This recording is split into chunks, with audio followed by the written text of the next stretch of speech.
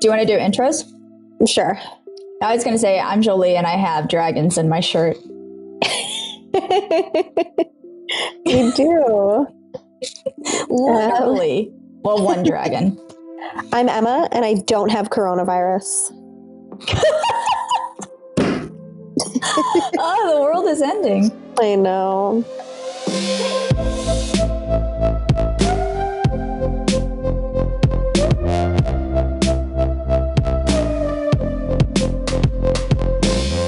All right. So Atlantis. Are you ready to hear about Atlantis?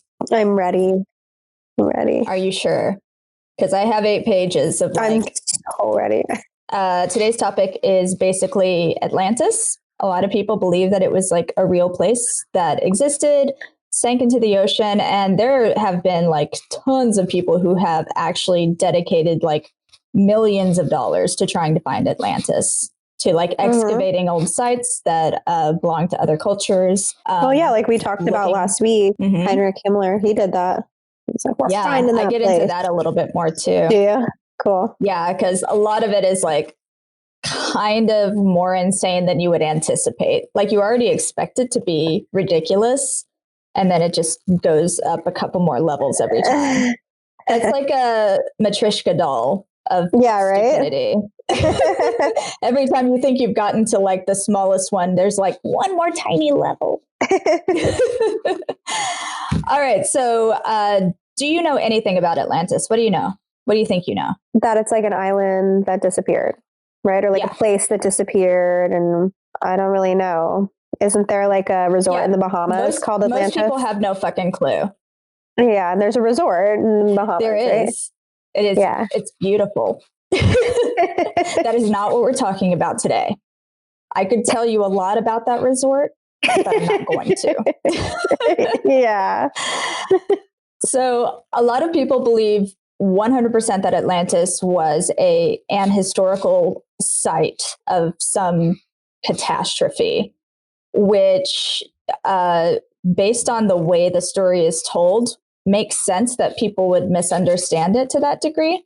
Yeah. But it was actually in a story called Timaeus, and I think there was a second story called Critias, and it's a philosophical discussion that I'll get more into, but that's where Atlantis was first mentioned. It was kind of like almost a little throwaway, like as just an allegory for like, hey, don't be a dick.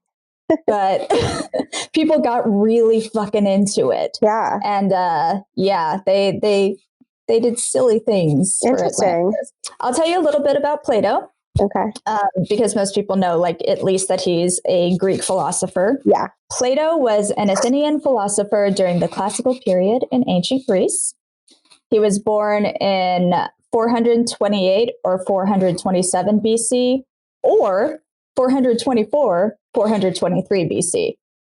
Okay. There are a couple of different options based on like descriptions of what was happening around his birth, but nobody actually fully knows. I mean, that's like a long time ago.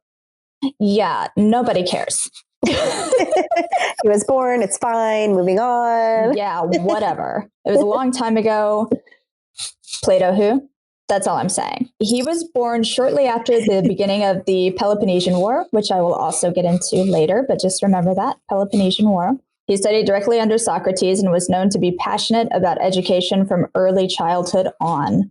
The Socratic dialogue, which is what most people understand from early Greek philosophy, like the idea that people are discussing things with each other instead of someone directly being like, here's my concept and here's what I think about it.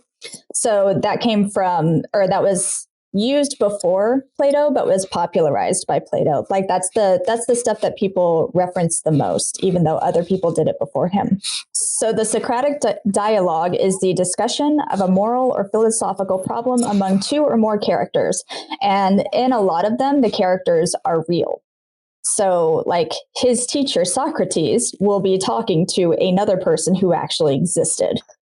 But they're not, like, those aren't their actual words. It's just like interesting. Using them as a story. Yeah.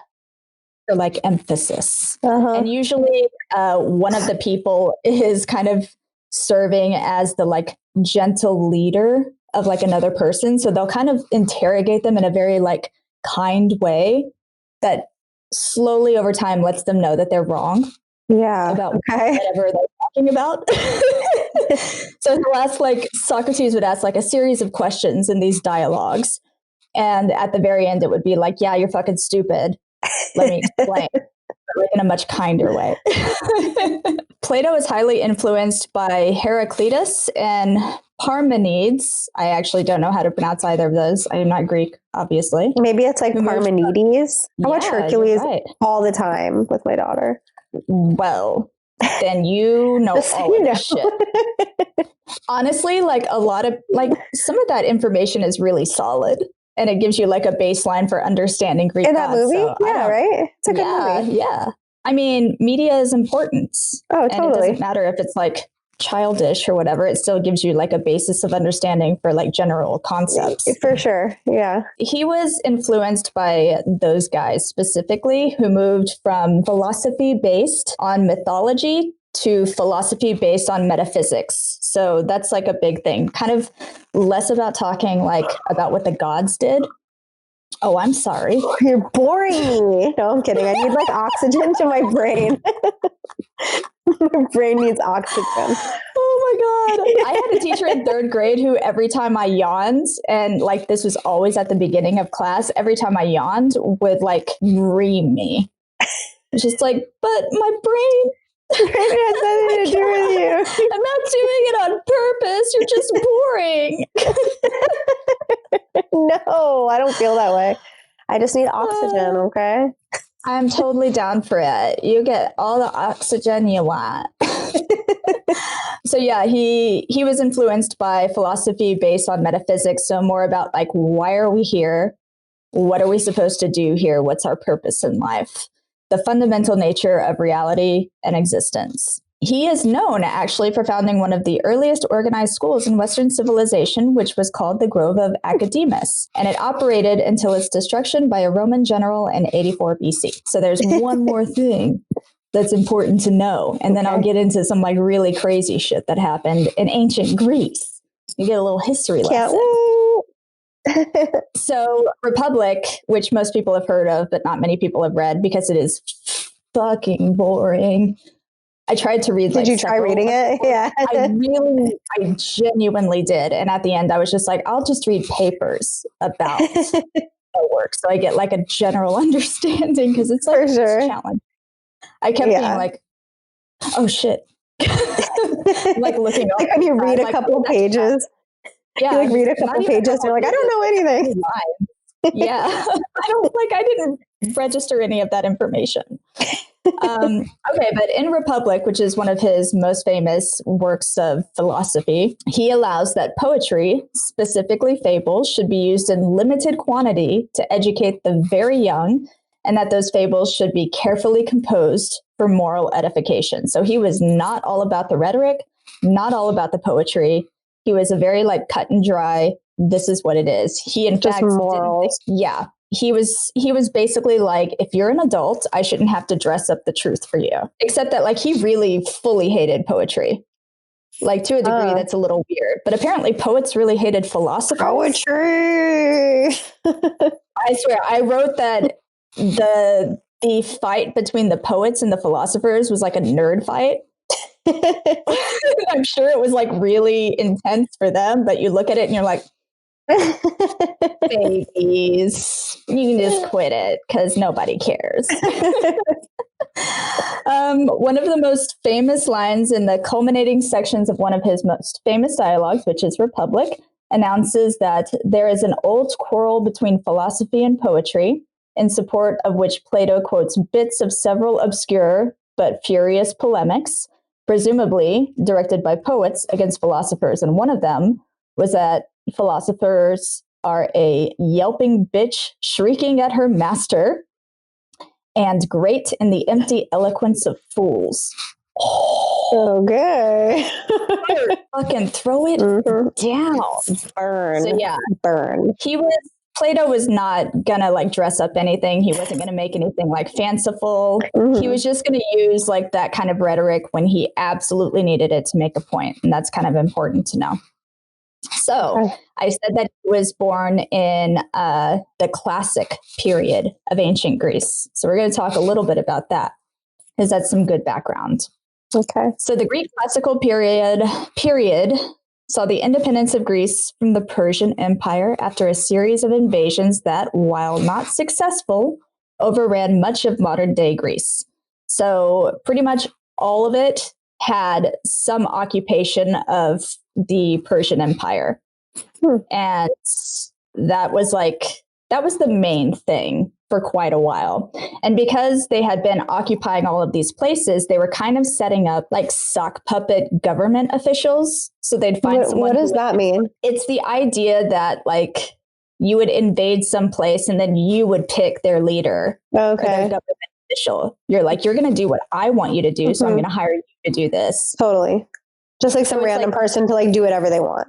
Yeah, exactly. Someone who is clearly going to play the game. So Persia had set up all of these little outposts with their own kind of general government that they had elected for the people. These invasions did see Thrace, Macedon, and the Aegean Islands added to the Persian Empire, but the Athenian victory in the Battle of Marathon pretty much ended the mainland invasions. So even though the invasions were done, the Persians were still there. They were still occupying like a good amount of the land. So Persians were assigning tyrants to run the overrun cities. The Delian League was formed to resist further Persian invasions and to oust tyrants from the invaded cities.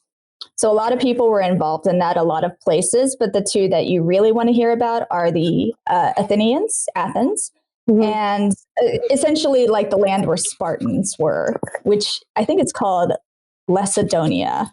There are a couple of different names for it, and it didn't seem like anyone had just one name for this specific land. So the Spartans are like Lacedonians, essentially. Things were so bad that Spartan king Leotychides, all these names. I'm a stupid American, okay? I was educated in America. Don't judge me. Don't judge me. I'm doing my best. So the Spartan king proposed moving all Asia Minor Greeks to Europe to free them from Persian rule. That's how bad it was. It was like, let's just get them all out of here because this shit sucks. So Egypt ended up revolting under the rule of the Persians with the help of local Hellenist leaders. So they received aid from these leaders who requested aid from Athens. So Pericles led 250 ships to their aid to try to further damage Persia. But after 4 years, the rebellion was defeated and 50,000 Athenians and their allies were captured. So they fucking failed, like 100%. So because of this failure, Athens was like, okay, well, we failed. We should probably move all the money in the treasury to like a really safe spot. Let's just bring it here, guys. That way we can keep it real safe because they haven't occupied our lands yet. So we got it. Good. Athenian imperialism essentially happened after that. The Athenians were like, but we got the money. So we should probably control everything too, right, guys? And they started, isn't that how it works? Seriously. Yeah, that's not how it works at all. You can't just like go into a bank, take some money and be like, I own this bank now. That doesn't make any fucking sense.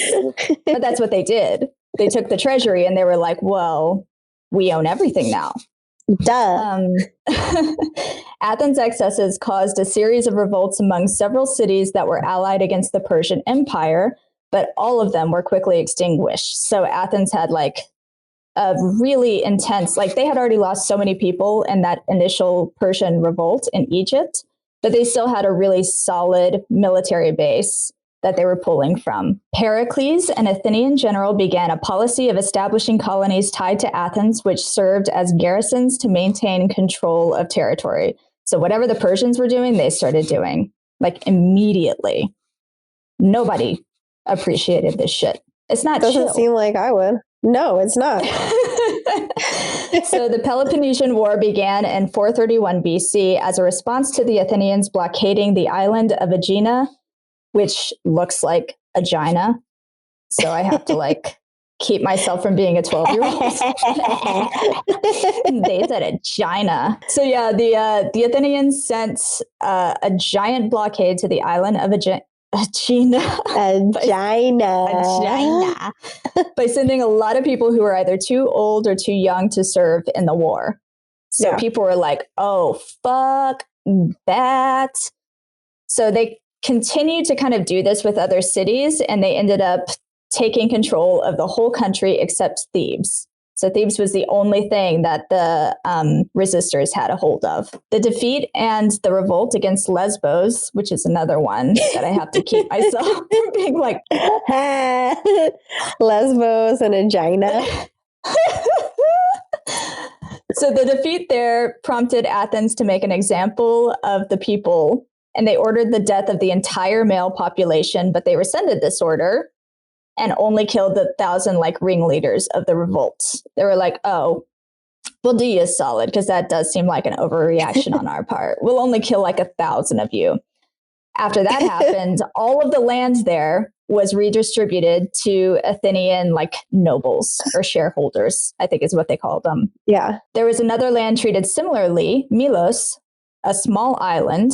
When they declined to join Athens, their town was conquered, the males were put to death, and the women were sold into slavery. And then the land was distributed. After the fighting spent the resources on both sides, so both, it was basically Sparta, or the Spartans, and the Athenians at the end. And both sides were just fucking, they were like tapped out. After a brief period of peace was had, Sparta recovered and Athens was defeated in 404 BC. So during the first 20-something years of Plato's life, this was happening, and he was watching this in real time. Again? So it was either 428-27 or 423-24. Okay, right. BC goes the opposite direction. Right. I have to like constantly remind myself of that too. I love how I'm just telling you, like, remember all of this shit, and you're like, sure. Totally. It's important. Okay, so we're going to talk a little bit about Spartans, because that's another important part, believe it or not. Like the whole time you're talking, anytime you say Spartans, I'm like, I am Sparta. Can't stop. I mean, you can think that in your head, but just remember that there's like more to remember than I am Sparta. Remember, I'm telling you, all of this is real important. Okay, I'm doing my best. Are you taking notes? Mental notes, sure. Yeah, just mental notes. Yeah, like I'm totally with you. Fixing my hair in my camera. Exactly. So Spartan culture inspired a lot of philosophers, including Plato. Sparta means land of lovely women, but it's used to describe the people of Laconis, or all the places under Spartan control. Sparta itself is not a place. So that's important to remember. Okay. Because a lot of, like, when you hear Laconis or Lacedaemon or any of that, like, that's all like super familiar, right? No. Maybe. Okay, never mind. So in mythology, Lacedaemon was the king of Laconia or Laconia. It could be. It's like this. It's like the subtext of our whole podcast is like Emma doesn't know anything. The subtext. I've never heard any of these words. I am a blank canvas. Fill me. Seriously, I'm just like, oh my god, what's wrong? I love it though. I think it's fun to not know it. Like, I didn't know any of this shit. I had no idea. Like, I knew who Plato was, but nobody cares about Greece anymore. Right? Greece. All the Greeks are going to be so upset with me for that. I do actually know a surprising amount of Greek people, and they're going to be like, what the fuck?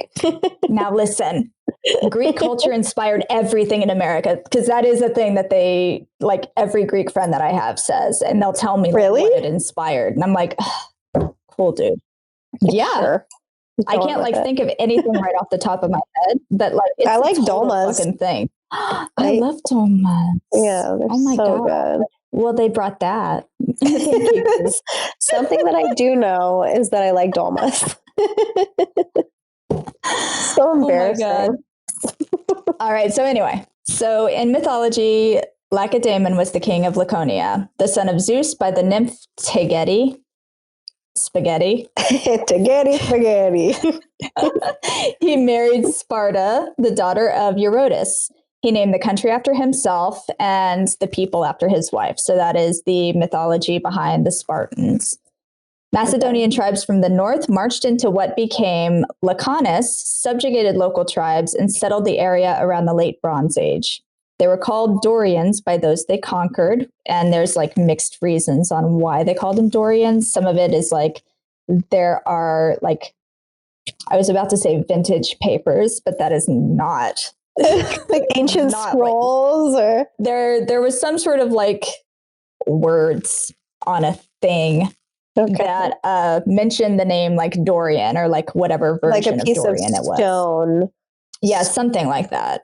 Yeah. Some sort of record of like a place and a person called Dorian, or a people called Dorian, but it was very unclear like which it was, if it was a person or if it was like what the people named themselves. So they were called Dorians by those they conquered, with the earliest literary mention of them being in the Odyssey, where they inhabit the island of Crete. They were one of 4 major ethnic groups among which the Greeks divided themselves. Yes. And I'm following. So anti-Dorian elements were heavily included in Athenian propaganda. They were like, oh, we're losing. Oh, shit. Let's tell people that Dorians are those guys fuckers. Suck. They suck. Those guys fucking suck. Like, Losers. They don't even wash themselves. Ew. Yuck. Dorian social structure was communal and centered around the separation of the sexes. So free men were focused on military campaigns, and when not abroad, they stayed in all male residences until their training was finished at around age 30, regardless of their marital status. So it didn't matter if they were married, they weren't living with their wife. Didn't people die like really young then? Like 30 is old for like 400 BC. I mean, so in this, it says that they weren't considered too old for war until they were 60. So people had to have been living like so why did everybody good start amount of time? Everybody was dying like way earlier than that. More people died, but it's not necessarily that people didn't have the ability to live longer. It's that there were no antibiotics. There were no face masks. There was no internet to tell people what to do. So True. I think that's why people died earlier. Yeah. And like over time, like if you average that out, it is going to be like people are dying super young. Instead of like some people die super young and some people live a normal age. Right. Blah, blah, blah. Huh. Okay. So a cool thing about the Dorians or Sparta, they're interchangeable, is homosexual relations weren't discouraged and were commonplace enough for penalties to exist for the rape of both men and women. Dorian women cut their hair short and dressed in a male tunic on the day of their wedding, as well as wearing a tunic with slits at the thighs, permitting more movement than the traditional Ionian garb of Athenians. So they were able to like move like a person. The prolonged absence of men saw Spartan women enjoying the greatest agency and economic power of any woman in ancient Greece, being permitted to own property, manage husbands' estates, and delegating tasks to subordinates. But that's not necessarily super important, and I'll tell you why in a bit. Okay. I like hearing it though. That's cool. Yeah. I mean, for the time period, that was pretty fucking good, right? Totally. It's awesome. So Plato's laws mention the Dorians fighting in the Trojan War and returning to Troy only to be driven out again. And here's a big quote. Now, during this period of 10 years, while the siege lasted, the affairs of each of the besiegers at home suffered much, owing to the seditious conduct of the young men. For when the soldiers returned to their own cities and homes, these young people did not receive them fittingly and justly, but in such a way that there ensued a vast number of cases of death, slaughter, and exile.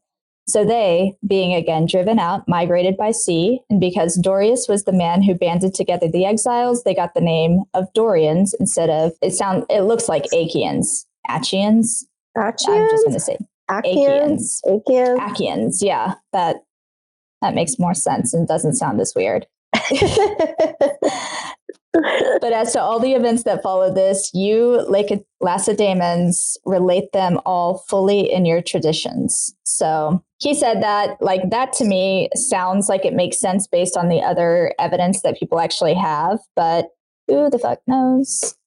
Yeah. Everything's weird. The concise constitution of the Spartan people gave us a word that is actually still used today, which is laconic.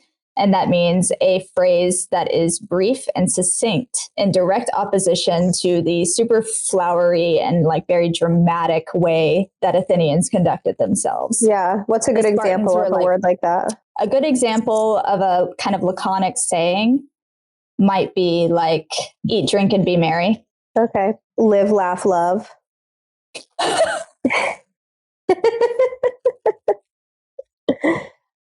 I quit.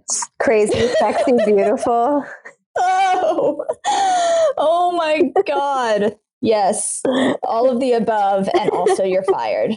I don't ever want to hear from you again. Never talk to me or my son again. Yeah. So Spartans inspired a lot of people. And Spartans are still like talked about a lot as a people, as though they had no fucking issues. And a lot of people believe that Sparta was a democracy, which is entirely inaccurate. Well, not entirely, and you'll see why. It's a mixture of monarchical, oligarchical, and democratic. So the most powerful people are going to hold the most sway. There are 2 kings, each one having a specific amount of power so that the other one can't overstep his own lane, essentially. And there were opportunities for the citizens to vote. However, not everybody could be a citizen. So there were lots of, I think they called them helots, but essentially there was a big slave population of people that they had basically overtaken. Yeah. And the only people who were considered for citizenship were men who had properly served in their military or at least gone through training. And sometimes they would do like foster sons. So someone could say like, I am going to foster this person. They're going to learn our ways in like the military, and they could like almost like a sponsorship. Exactly. Yeah. So as much as people are like, yeah, it was a democracy, it was ahead of its time. It's like, no, not really. What about women? So women were not allowed to vote. They were encouraged to speak their minds. However, I mean, how far does that get you? Yeah. Like you would hope that the people who were voting would take that into account, but there is no guarantee, right? Yeah, totally. The people who couldn't vote were in charge of like commerce and making things. So that was their niche, which is cool, but still it's like, that's not complete control of your destiny, right? Like you don't have an equal say in what's going on. So what does it matter that you can make soap? Cool. Yeah, I can make soap and I can vote, supposedly. Okay, so Karl Ottfried Mueller, which I think you actually talked about. You might have talked about him. Linked Spartan ideals. Yeah, I think you did. I remember Mueller being like a word that you said. At some point in our time together. We talked about it, and now it's just like not even in here anymore. It's just like, no more Nazis, except wait a second. I'm totally joking. I went on and on earlier to my friend Cody while she was giving me the sinus massage for what's going on with my face about the Nazis. I'm like, you want to hear a bunch of information that you don't care about? Way more than you need to know. During this time that I'm supposed to be relaxing and getting a massage. I tell you about Nazis, literal Nazis. So Mueller linked Spartan ideals to the racial superiority of the Dorians in his 1824 book, Die Dorier, A History of the Dorian Race. It portrays the Dorians as heroic and noble, linking the origin of Dorians to the mythic Myrmidons of the Trojan War and their leaders Achilles. This theory led to the development of Nordicism, which you did talk about, which is the theory that the superiority of a North European Aryan master race. German writers portrayed the Spartans as a model for the modern Prussian state, emphasizing military self-discipline. They argued that the Prussians and Spartans were the same race. So here's a fun quote that you're gonna love. I would just look at it and push back from my desk she's gonna love this. She's gonna fucking love it. It's gonna be not at all traumatic and awful to listen to. Oh no, I'm scared. It's bad, but I don't think you'll be fully traumatized, just lightly traumatized. So you're gonna be fine. Thanks for the trigger warning. Hey, you're welcome. Sparta is pictured as particularly Nordic on account of the purity of its Dorian stock, while Athens is more of a mixture.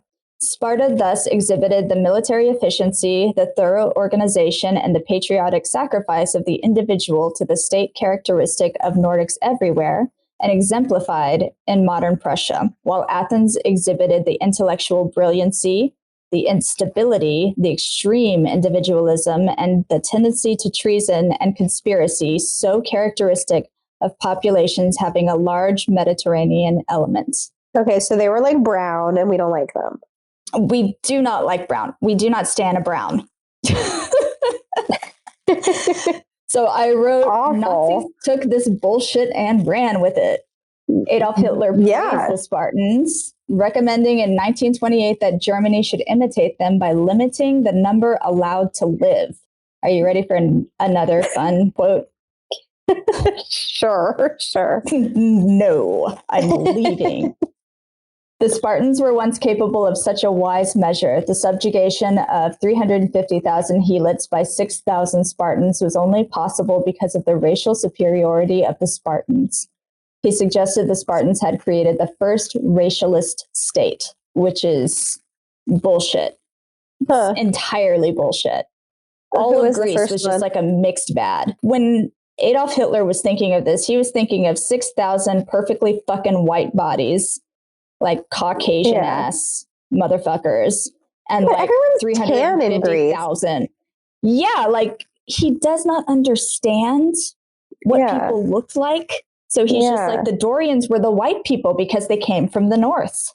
Duh. Which is not how that works at all. No. Especially back in those days. Like a lot of people looked a lot more brown than fucking white. Yeah. These people are so fucking stupid. It is insane.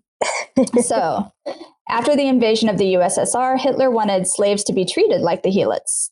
They, the Spartans, came as conquerors and they took everything. So should the Germans.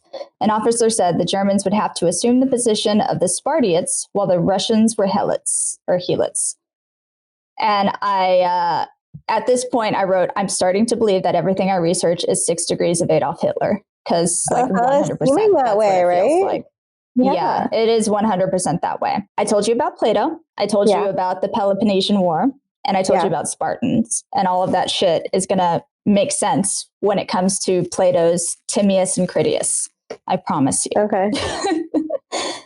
So Atlantis was mentioned in these texts, and that was in 360 BC. Timaeus is one of Plato's dialogues, mostly by the character Timaeus of Locri.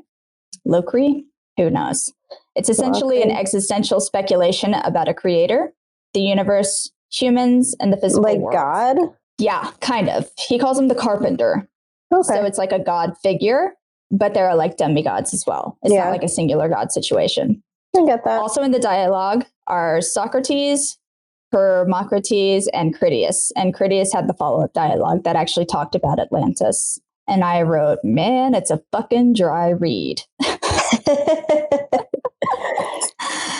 So Timaeus proposes that the world is a product of a divine craftsman who basically imposes mathematical order on chaos to make an ordered universe. So out of chaos, the main god built a world based on structure and logic, and the universe is arranged by external forces to produce an array of good outcomes. There's a distinction between what always is and never becomes, and what becomes and never is. And that is like the most important part of it. Oh, and then I wrote here that it reminds me a lot of the story of the Velveteen Rabbit, which if you haven't read, it's a story about a stuffed Velveteen Rabbit that is given to a boy for Christmas. And the boy loves the rabbit and thinks of him as very real. Then he gets scarlet fever and he has to essentially get rid of the rabbit because apparently scarlet fever was transmitted through different, like you could get it through items. So sad. Yeah.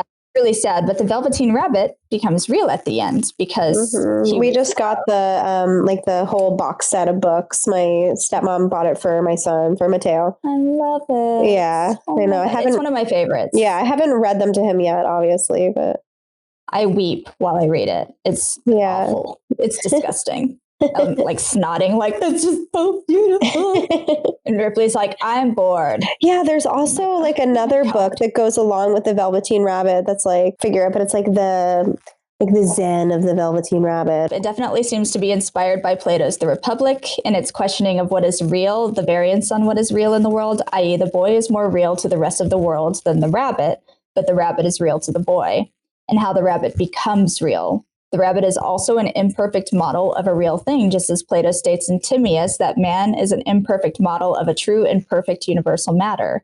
But the rabbit becomes real just as man can if he strives to be good and emulate the structure and logic of the universe. So that's the like main point of Timaeus and Critias is like, we got to try to be good because we're fucked.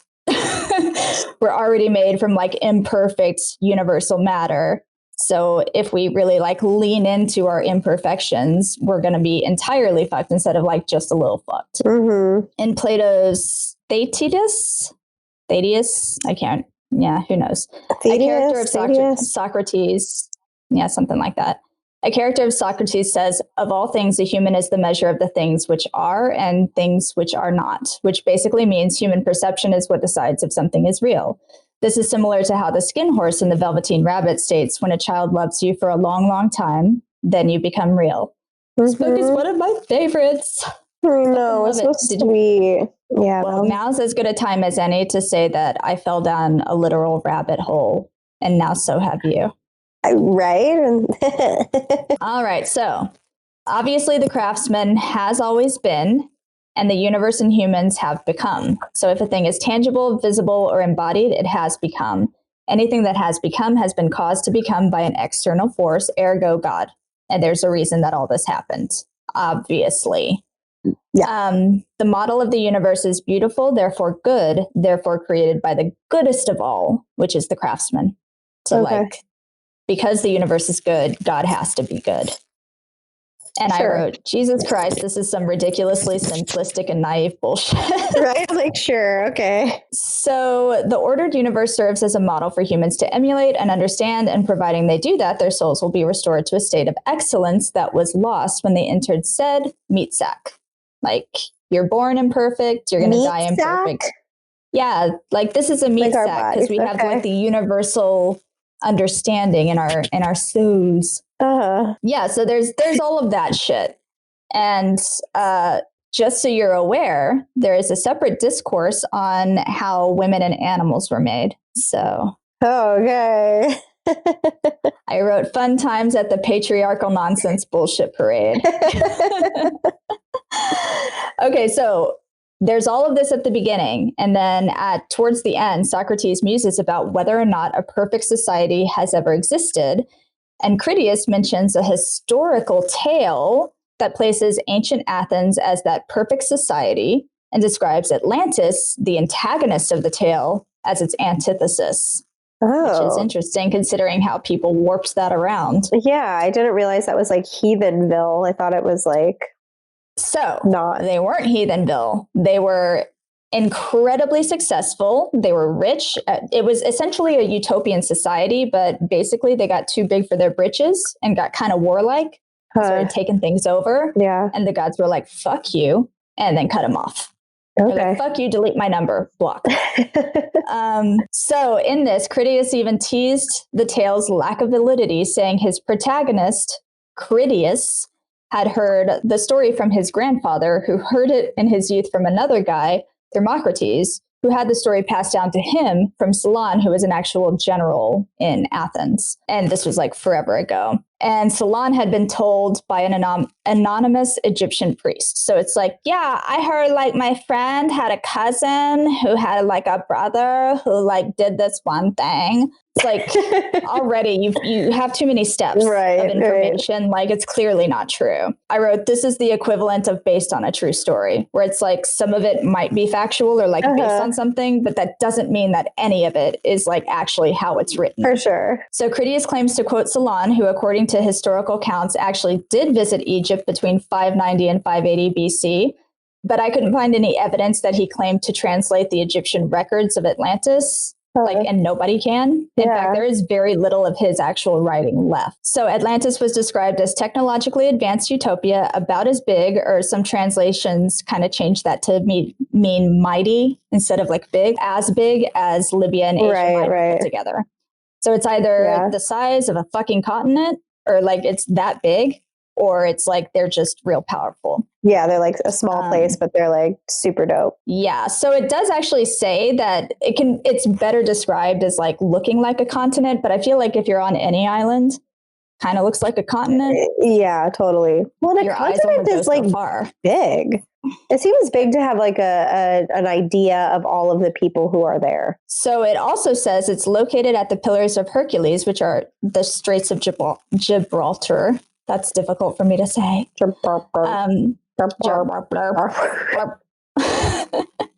And that it was possible for travelers to easily cross from Atlantis to the surrounding islands. Apparently, this place was big enough. If it existed, I think we'd probably notice by this point. Right. But you know. So Critias states that 9,000 years before his lifetime, a war took place between Atlantis and the countries outside of the Pillars of Hercules.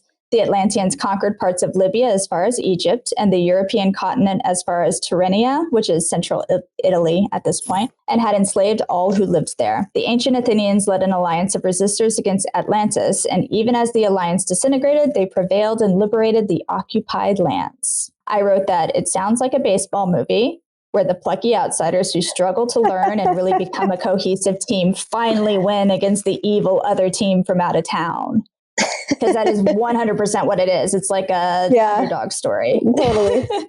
Afterwards, violent earthquakes and floods sank the island in a single day, and all evidence disappeared into the sea, buried by mud and debris. Athens gave testament to the superiority. Yeah, absolutely. 100% real. So it gave testament. Like an island doesn't just like disappear into the water because there's an earthquake. So there are some suggestions that a really big earthquake could cause like the earthquake and the tsunami, because earthquakes and tsunamis are linked together.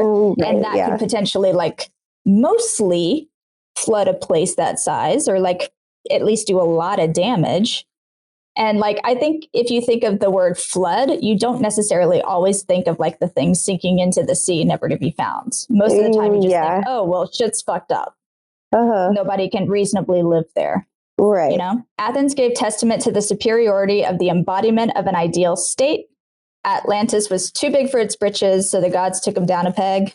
And that is essentially what the whole thing is. It's like it's an allegory for like, be good or your shit's going to get fucked. Yeah. And it doesn't matter how powerful you are, you will get taken down. So the tale of Atlantis seems to have been crafted using a few real-world events. Greek tradition on Mycenaean Athens for the description of ancient Athens. The Egyptian records of the War of the Sea Peoples for the description of the War of the Atlanteans, which is described by Ramses II and several other Egyptian texts. There's a lot of debate on who the Sea People were, because I know that someone out there is going to be like, well, they said sea people is not what they meant. A lot of people think it's an ancient Greek tribe or pirates in the slave trade or people fleeing famine. Not like mermaids. Oh, not mermaids. Probably not mermaids. I wish. Right. That would make this so much more interesting. And then the third part that is actually utilized in the Atlantis tale is the oral tradition from Syracuse about the Tartessos for the description of the city and geography of Atlantis. Herodotus, for example, describes it as beyond the Pillars of Hercules. So it's like a whole bunch of shit smashed together. And it's like, I heard this story and it's totally true, you guys. At the time it was written, like, because Plato was like a popular philosopher, most people, and I say most, meaning like there were a couple of people who were like, no, it's totally real. But most people understood that it was an allegory. They were like, obviously. And it's worth stating that Aristotle, a student of Plato's, believed Atlantis was created to teach a philosophical concept and that it wasn't a historical event. Right. The other thing is like, it was so briefly mentioned versus like the fucking length of the text for any of like the carpenter and all of that shit, that it was really just like an example. Now we're going to get into what I labeled as white people whiting around. So many Christian and Jewish writers have recounted the tale of Atlantis, but there were mixed views on whether or not it was real or fiction. And this was like from around that time that it was written on. But in the 6th century, Cosmas it's another fucking one. Indicopleustes, I am not going to say that right, tried to use Atlantis to prove his theory that the world was flat and surrounded by water. He was a flat earther. Oh my God. It's so crazy that those people like exist right now. I don't even understand anything. Oh my God. I really don't. In the 15th century, white people started discovering fully populated places and were amazed by what they found. And Atlantean speculations like took off. They were like, there's no way these brown people are making these structures. Got to be white people. Maybe it's Atlantis. So contemporary perceptions of Atlantis share roots with Mayanism, which can be traced to the beginning of the modern age when European imaginations were fueled by their initial encounters with indigenous peoples. It was from this that the apocalyptic and utopian versions of Atlantis started kind of picking up. Sir Thomas More wrote Utopia in 1516, and he was heavily inspired by Atlantis in the Americas. He described Atlantis as similar to what Plato wrote, which is that it was a beautiful, lovely place that had like everybody was taken care of and they had a great military presence and blah, blah, blah, blah, blah. And when he wrote this, people began believing that any of the ruins that they were seeing in Mexico or in like South America had to have been remnants of Atlantis. Like there was just no way. That doesn't make any sense. People love to believe that brown and black people could not do anything. Yeah, but I mean like locationally. I mean, you can't make sense of it. Like people would rather believe that aliens built the pyramids than that black people figured out how to lift heavy stones. Right? Honest to God. So stupid. People are fucking lame. So Francis Bacon's New Atlantis, which was published posthumously in 1626, describes a future utopian land where generosity, enlightenment, dignity, and splendor, piety, and public spirit are the commonly held qualities of the inhabitants of a mythical island found by Europeans after their ship becomes lost at sea. He describes a whole lot of weird shit, and he kind of implies that, like, so in the book, the people that are the inhabitants of this island say that they found Christianity by, like, the original text being brought to them by a beam of light that emanated from the sea. But then they also admit that they are technologically advanced and have learned how to create light and have figured out how to invent miracles. So it's like Francis Bacon is like, oh, yeah, these guys made this shit up. The other fun thing is that he describes a ritual where engaged couples send someone to be a peeping Tom while their like betrothed bathes so they can check for like weird shit. Like, you got a weird mole. Not interested anymore. So in the mid 1800s, the belief that no brown person could ever build a complex structure was legitimized by quite a few scholars. And I put scholars in so many fucking quotes. There are like quotes all over the place in this one. Brasser de Bourbourg traveled Mesoamerica, even translating Mayan texts and developing an extensive history of the region. But once the Atlantis stuff started like really kicking into high gear, he started kind of changing what he was saying. And his beliefs started to shift from claims that the Mayans were descended from the Toltecs, who were the surviving population of Atlantis. So it's like, oh, they got brown because they're like descendants. It's not like totally from them, but like still. Augustus Le Plongeon, a wannabe archaeologist, was inspired by this and performed some of the first excavations of the Mayan ruins. I love that in that day you could just start digging at something and be like, I'm an archaeologist. Right. That's like I bought Nori a dig kit and she was doing the dig kit and she's like, I'm a geologist now. I'm like, that's what Augustus was. He's like, I'm doing it. I'm a scholar. Mommy, so wow. I'm an expert now. All right, so all of this was happening, but the biggest instigator of Atlantean like bullshit was the 1882 publication of Atlantis, the Antediluvian World by Ignatius L. Donnelly. He was super into Mayanism, the idea that Atlantis was the originator of all ancient civilizations, and he further expounded on the technically advanced nature of their society. He drew parallels between the creation stories of the Old and New World civilizations, stating that the common link had to have been Atlantis, and Atlantis had to have been the Garden of Eden. It had to have been. It had to have been. Mm-hmm. So around that time, there was a Russian mystic by the name of Helena Petrovna Blavatsky, who is a fucking lunatic, and I love researching her because she's insane. I think she's the originator of Theosophy. And I think you might have mentioned that in your Nazi stuff. Okay. Yeah, I did. So she's like the main bitch with all of that bullshit. Interesting. It's interesting to me that a woman was the main bitch. Yeah, she was like a huge cult leader, and she started the New Age movement. Well, she like legitimized and like really made it popular. Other people had been like playing with it, and she like really went for it. Yeah, that stuff is super weird. One of her main claims to authority in the cult was a manifesto called The Secret Doctrine, in which she claims was dictated in a trance state as the Mahatmas of Tibet read to her from an ancient book called the Book of Daizan, using the lost language of Senzar, which originated in Atlantis. Yeah! If it sounds insane, it's because it fucking is. Like, none of this makes any fucking sense. And it's crazy that people weren't like, bullshit. You're making it up. Yes, like, tell me more. Tibet and Orientalism was like really strong around this point too. Like Orientalism, Mayanism, like all of that shit was like really, people were obsessed with brown people and like, oh my God, they're like, some of them can be really advanced.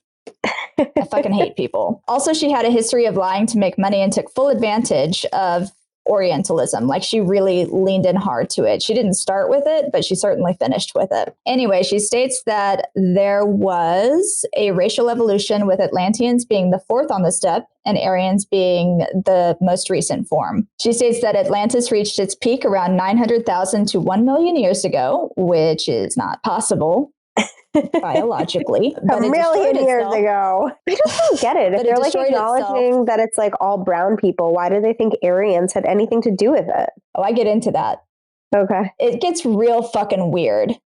Like it does not make any sense at any point in time. So I'm just going to go ahead and warn you. Okay. But like they do like explain it. They essentially destroyed themselves with the dangerous use of psychic and supernatural powers. She inspired a lot of woo bullshit. She really made it fucking popular. She asserted that mankind was divided into God-informed men and lower human creatures. All right, I'm gonna say a couple more quotes that are gonna upset lots of people.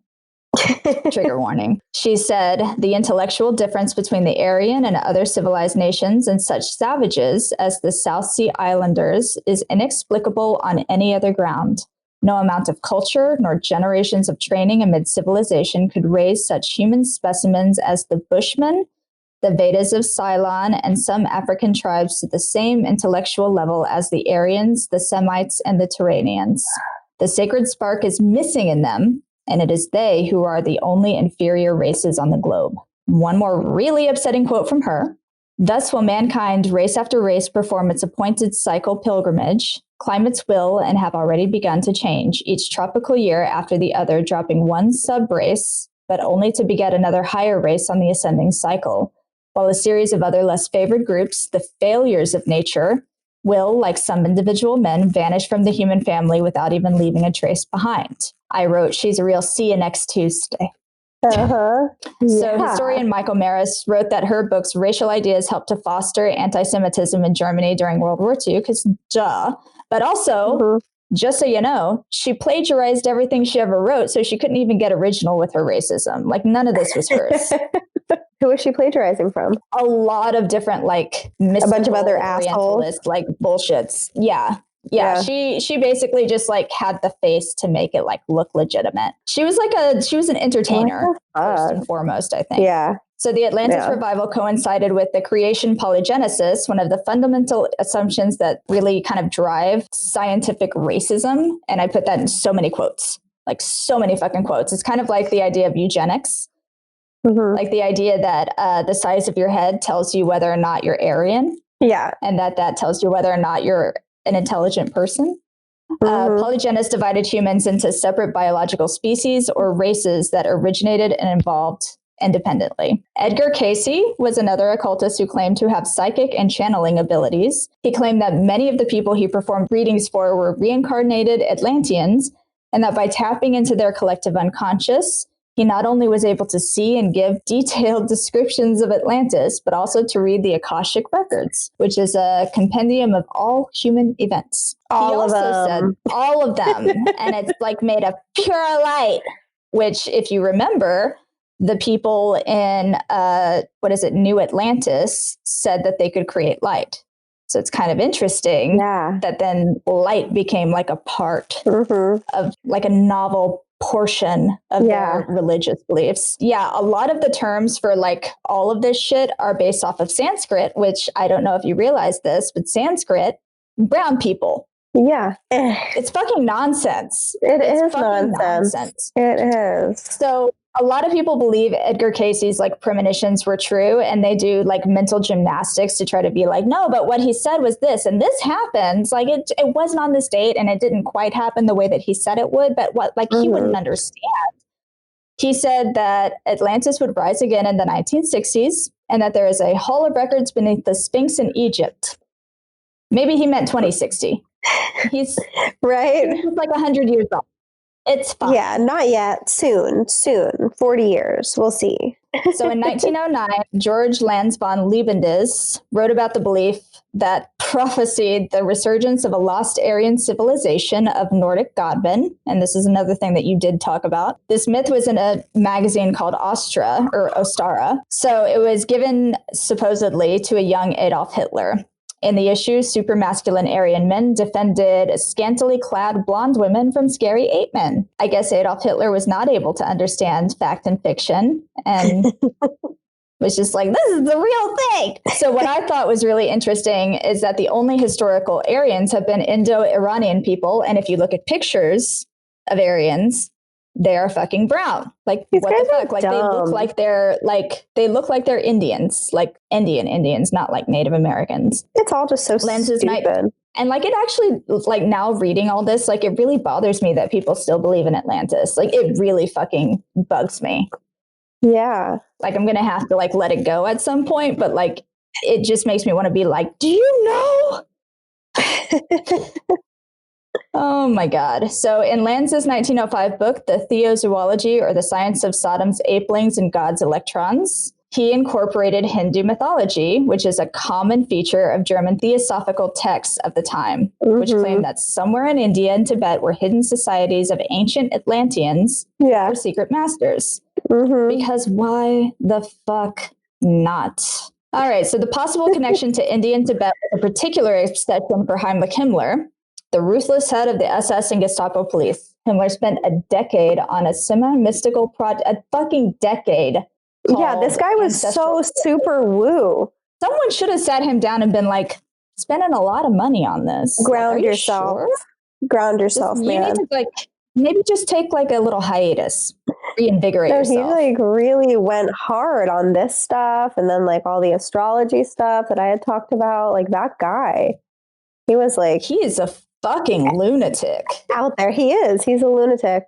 He actually included archaeologists and scientists searching the globe for the lost Aryans of Atlantis. Yeah, it was like a huge project. An entire fucking expedition. He was there for like 4 years.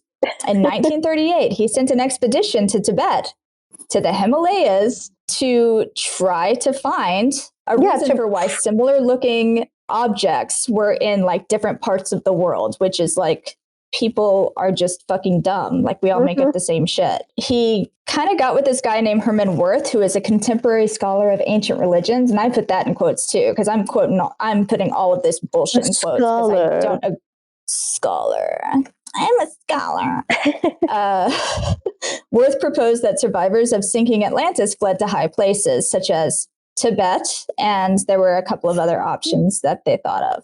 Many high-ranking Nazis were enthusiasts for Eastern mysticism, Indian myths, Tibetan spirituality, Japanese warrior codes, all of that shit, which they saw as the lost teaching of an ancient Aryan race. So long before the 1939 mission to Tibet, the Nazis had borrowed Asian symbols and language and used them for their own ends, which is where the swastika comes from. Yeah. And the swastika is also not like a complex or like specifically unique symbol.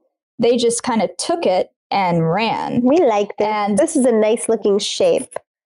This is cool. It's kind of like the S that we all kind of drew. My friend's son came here, who's in 2nd grade, and I have a dry erase board in our playroom. And did he do that? He drew it all over it. It's so funny. Oh my God. I don't even know where it came from. That's another one where it's just like, what the fuck are we drawing? I know. I mean, where did you grow up as a kid? Because I'm from New Jersey and I did it. Yeah, it's like we all did it. Everyone did it. Like some kind of like that and like bubble conspiracy. Yeah. Ooh, I wonder if it is. Ooh.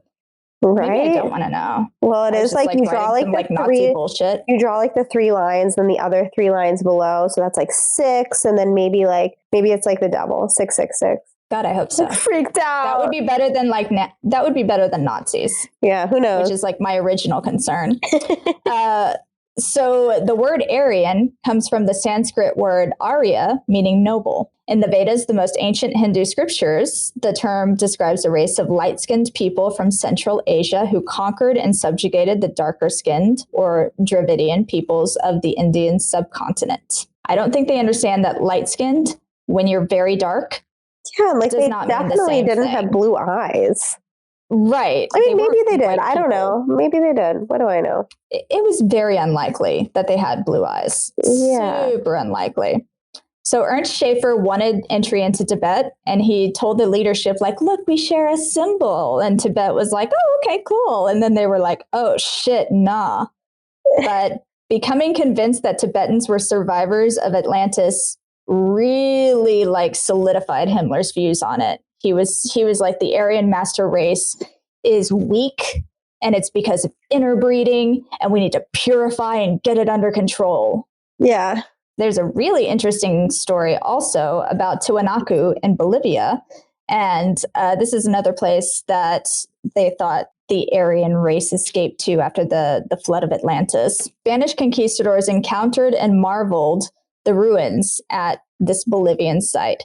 Asked of the origins of the ruins and the fate of the civilization that constructed them, local indigenous people stated that they were from a long time ago and that their original inhabitants had been destroyed by a great flood. So, of course, they're like, oh, well, here we go. Great flood. Okay, so Spain comes in, and they're, of course, like, oh, my God, that's amazing. And then they, like, take everything and basically, like, occupy the lands because that's what they do. There was a man called Belisario Diaz Romero who belonged to an elite class of statesmen and intellectuals. He really rejected creationism, early proponent of natural selection. So for a lot of people, they were like, oh, yes, you're very forward thinking. He divided the human species into 3 living and permanent races, the white, the yellow, and the black. And the white people were called Homo Atlanticus. Okay. So a connection to Atlantis empowered Bolivia's Creole, or that's what they called the European descendant aristocracy. For the same reason it attracted the Nazis. He was writing this shit, and it got fucking popular. So when the Nazis were actually going to Bolivia to try to find Atlantis, like, this shit was already out there. Yeah. It's fucking crazy. Like, they all fed into it. Yeah. What kills me about this is it's not just like German white people. There are Italians, there are French people, there are Bolivian people. There are people everywhere feeding into this fucking shit. And it's all about the obsession with Atlantis and the fact that Atlantis had to have been white people. It's bad enough if it's one country, but it's like so many people feeding into this rhetoric. Edmund Kiss, a German archaeologist and eventual SS commander, famously believed Tiwanaku in Bolivia was Atlantis. He believed the world ice theory, which states that at one point the Earth and the Moon collided, leading to the destruction of Atlantis and a subsequent ice age. Atlanteans fled to high spots, and he wrote statements suggesting the works of art and architectural style of the prehistoric city are not of Indian origin, and they were probably the creation of Nordic men who arrived in the Andean mountains as representatives of a special civilization. The Earth collided with the Moon? He believed that the Earth collided with the Moon, and I guess it just bounced right off like a basketball. Look, we're back in orbit now. We're fine. We're fine, but like Atlantis is fucked. The only damage was Atlantis. So I wrote a quote, but I can't remember what I wish I had written what the article was, but it said, like Kiss, Diaz and Poznansky also died a long time ago, and their fantastic interpretations of Tiwanaku have since been thoroughly discredited. Nonetheless, their legacy lives on. Popular televisions like Ancient Aliens, Secrets of the Dead, and others continue to explore the Tiwanaku-Atlantis connection. I love Ancient Aliens.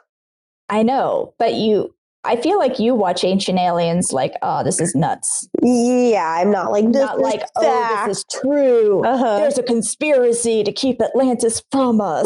Totally. Like, no, it's just like there's a difference between watching it for what it is, and which is entertainment, and watching it for like, oh, this is the truth. Like, I'm going to put on my tinfoil hat and let's fucking go look for ancient aliens. Well, whenever I watch that show, I'm wearing my tinfoil hat, so keeps the demons out. All of this shit happened, but toward the middle of the 20th century, Atlantean theories started to die out. Some people retain the hope of finding the lost city and have sunk, millions into the endeavor. There is a quote by Julia Annis, a Plato scholar. Did there. I know. I wasn't even chill about it. I actually like made a face. No. LMAO.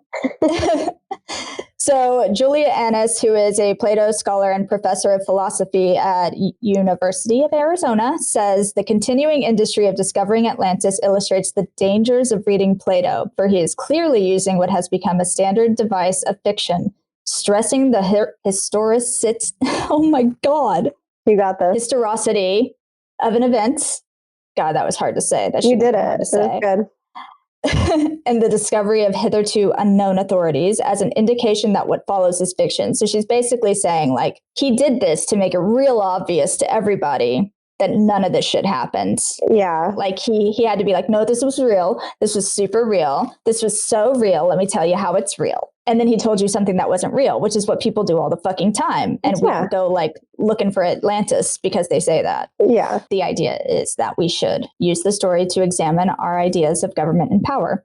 We have missed the point if instead of thinking about these issues, we go off exploring the seabed. The continuing misunderstanding of Plato as historian here enables us to see why his distrust of imaginative writing is sometimes justified. Yeah, I get it. So we shouldn't have fucking done that. He was going against his own guidelines. Yeah, straight up. Should have been like, there's never been a place, but if there was, it would look like this. Right. Yeah. Confounding the problem is a general science from archaeological and history establishments, says anthropologist Dr. David S. Anderson. By refusing to engage with pseudo-archaeological claims or simply dismissing those claims, archaeologists are reinforcing the existing narrative that paints our discipline as conspirators by being like, no, that's fucking dumb. I'm not going to talk about it. Yeah. People are like, oh, that means it's real. Government is in on it. What are you hiding from us? Like, who's paying you? So here are a few places that are considered possible sites of Atlantis. There is I don't know how to pronounce this, the Richat structure, also known as the Eye of the Sahara. It essentially looks like a series of concentric circles, which Atlantis was described as a series of concentric circles, like one outside the other, combined by a waterway. So I get this one. Mm-hmm. However, basically what happened is, have you ever, like, if you're eating something and it's like on one side and something pokes into it, like there's some food that will come out the other side and kind of form like a little ball? Yeah. Or like a little spherical looking thing. That's essentially what happened. A piece of earth like went like this, and all of the other like mounds of different thicknesses of stone started making these circles. Yeah. What's interesting about that site is that there is a lot of spear tips and things like that suggest that at one point it was like a gathering place for people. Yeah. But also, like, there's a lot of stone there. So it makes sense to create weapons where there is material to create weapons. For sure. So the professor of systematic theology at Boston University, William Fairfield Warren, wrote a book, and this was 1885, called North Pole, Paradise Found, the Cradle of the Human Race at the North Pole. So he suggested that this was the Garden of Eden. And he believed that in the North Pole, there have been, like, literally, you could throw a dart at a map and Atlantis is probably. That's Atlantis. It's been Italy. It's been Antarctica. It's been like any of the white countries, obviously. It's been the Americas. Any fucking island that is found is clearly Atlantis. Like, it's kind of insane. Chris Hapgood came up with the Earth's crustal displacement theory, and it suggests that Earth's outer crust is able to move upon an upper mantle layer and rapidly to a distance of 2,000 miles, placing Atlantis in Antarctica. And it's worth saying that Albert Einstein was like, no. But nothing else moved. This theory is like, for hollow earthers, it's like their holy grail. It's like, yes, this is exactly what happened. I'm going to end with some modern conspiracy theories because these are really hilarious. Okay. Atlantis was created by aliens. Yes. That's the one I'm going with. So Atlantis was the base of an extraterrestrial race known in the Bible as the Nephilim. And Irish author, researcher, and I saw this like a title so often, alternative historian. That's so funny. You're either a historian or you aren't. You can't be an alternative historian. It's like, well, I don't see this written anywhere, but it could be written somewhere. I'm a historian that just makes up things.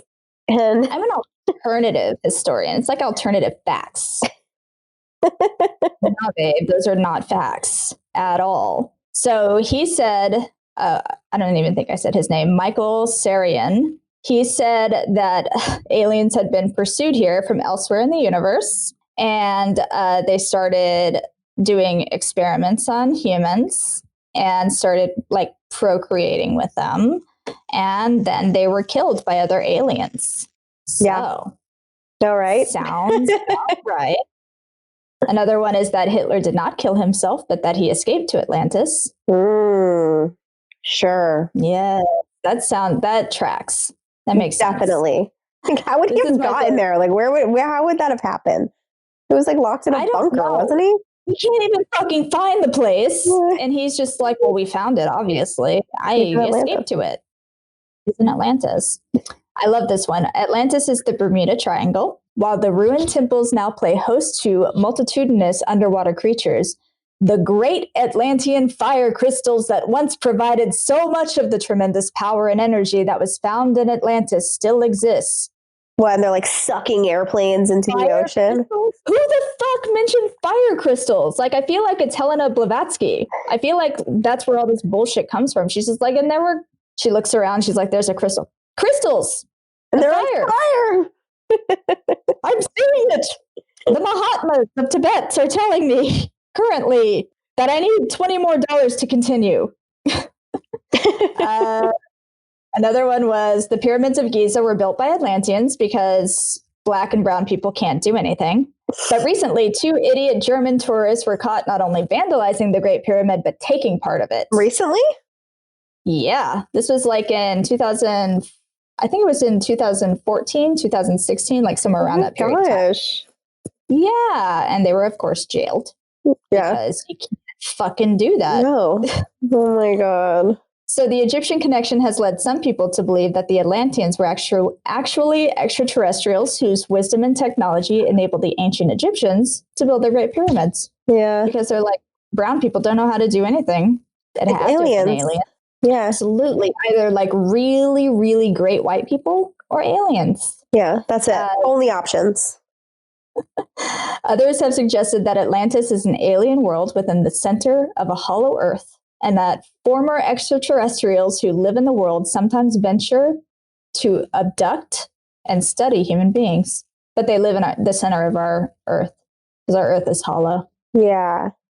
Maybe I'll go with that. Maybe I'll go with that theory. Maybe that's the one I believe. Yeah, there are a couple of like really great ones. Yeah. So David Icke, have you ever heard of him? No. He's bonkers. I can't remember what he did before he was like this person, but I feel like he was like an actor or something. I can't remember. I should have looked that up. But he wrote a book called The Children of the Matrix, and it refers to a Neolithic blonde race who lives in the Canary Islands before the Spanish conquest. And he tells us that when European explorers first landed in the Canary Islands, the people said that they were descendants of the Atlanteans and were shocked to realize that other people had survived the cataclysm that destroyed their homeland. Other sources, however, say that they were descended, like the people that he's talking about, were descended of the Berber tribes of North Africa. But even then, there may still be a link because the Berber people live in the Atlas mountain range. So it could have been like an entire misunderstanding. Right, yeah. They say Atlas. He's like, Atlantis. Oh, you mean Atlantis? No, you said Atlantis. Atlantis. Yes, I know about that place. Yes, I know. I know exactly what you speak of. Atlantis. Like, no. I'm just like, yeah, sure. Right, okay. The white guy's not going to get it right. It's fine. Don't worry about it. So he also makes direct references to Atlantis in his work. In his book, Children of the Matrix, he tells us that a text detailing Atlantis called The True History of Mankind over the last 100,000 years was destroyed, with thousands of others, when the Great Library of Alexandria in Egypt was destroyed in 391 AD. Why isn't the story of Atlantis and anything else that he says a key part of that official history? Well, it's because the knowledge has been systematically destroyed by our governments. Duh. For what fucking purpose, though? Like, what are they gaining from this? Is it like that they're so technologically advanced that, like, this is how we're getting our iPhones?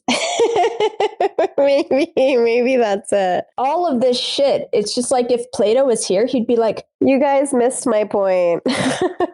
No, you're dumb. He'd be like, let me write something about Socrates telling you you're dumb. So yeah, that's what I got. And none of it makes sense. And I truly, deeply apologize. It's so much. You're just like, it is like a huge rabbit hole. Yeah. But aliens. Those were the bullet points. White people. Aliens. White people are aliens. And brown people are white people. And right, it's like nothing makes sense, and Atlantis is wherever you make it. That is the moral of the story. I love that. Kind of like home is wherever you make it. I love Atlantis that. Is wherever you make it. Atlantis is wherever you make it. That sounds like something that you'd write in a card or something. I'm gonna cross stitch that. Yeah, you should, or like write in really nice calligraphy on like an old piece of wood. Atlantis is where the heart is. Live, laugh, love. All of it. So what's next? Actually, we don't know what's next. Have you figured out what you're doing next round? Well, I was thinking about doing the moon, just in general, the moon, because some people don't think the moon exists. Isn't that weird? Yeah, people don't think that the moon is like a real place. It's like a real thing. I know that people think that faked the moon landing. Yeah, we faked the moon landing, but I think people also don't think that the moon is a real thing. It's like, it makes my eyeballs hurt. Well, thank you guys for sharing this time with us. We really appreciate it. I know, right? And make sure you subscribe fucking everywhere. We're still not on Apple. Please. But yeah, subscribe. Love us. Don't believe bullshit. But aliens are real. Aliens are real, and the moon is not. Brought to you by I Read a Thing. All right. Bye, you guys. Bye.